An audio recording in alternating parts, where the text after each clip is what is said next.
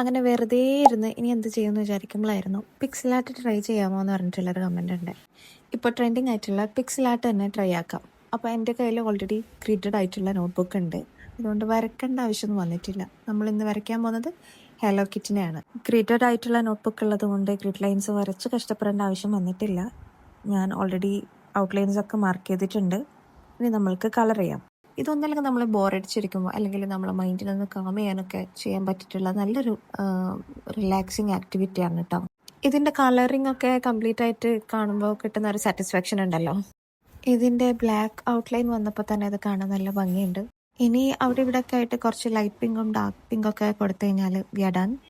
ആഹാ, അപ്പോൾ ഇതാണ് complete look. പക്ഷേ ഈ പിക്സൽ ആർട്സ് ഇങ്ങനെ നോട്ട്ബുക്കിൽ കാണുന്നതിനേക്കാളും ഇത് കട്ട് ചെയ്ത് കാണുമ്പോഴാണ് ആ ഒരു ഭംഗി.